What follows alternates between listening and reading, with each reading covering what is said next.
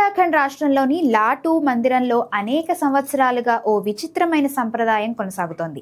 ఈ ఆలయంలో దేవుడు ప్రత్యక్షంగా దర్శనమివ్వడు.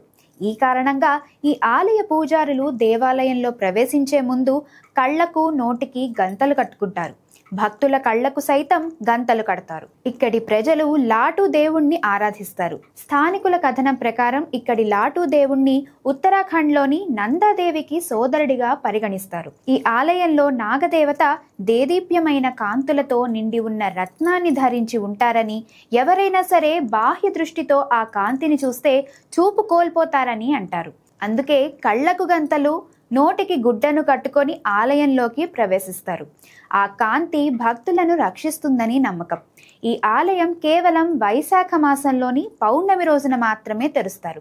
ఆ రోజు భక్తులు తమ నోటికి, కళ్లకు గుడ్డను కట్టుకొని ఆలయంలోని భగవంతుణ్ణి దర్శించుకుంటారు. భగవంతుణ్ణి మనోనేత్రంతో దర్శించినప్పుడే ఆయన సాక్షాత్కరిస్తాడని నమ్మకం.